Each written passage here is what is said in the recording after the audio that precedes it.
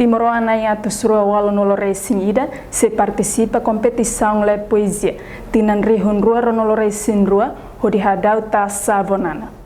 Participante competição Le Poesia na Atusrua Walonolo Racing Ida quarta-feira, Loronsanolo Racing Rua, fulang outubro, Tinan Rihun Rua Ronolo Racing Rua, dada ona número sorteio, Hodi prepara para competição Le Poesia Taça Avonana, Tinan Rihun Rua Ronolo Racing Rua.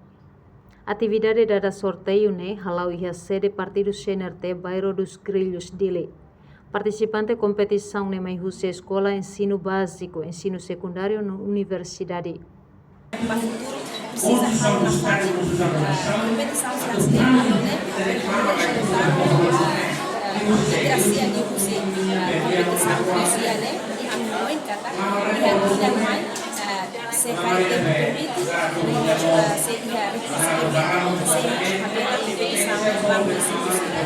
competição Le Poesia Taça Avonana, ba futuro precisa organiza na fatin competição Le Poesia. Coordenador sessão competição Le Poesia, Angela Corvelho Sarmento declara: comissão organizadora prepara prêmio ba manang nain, ba primeiro lugar se retam osan $500, taxa rotativo no certificado nebe assina rasi kusi Avonana.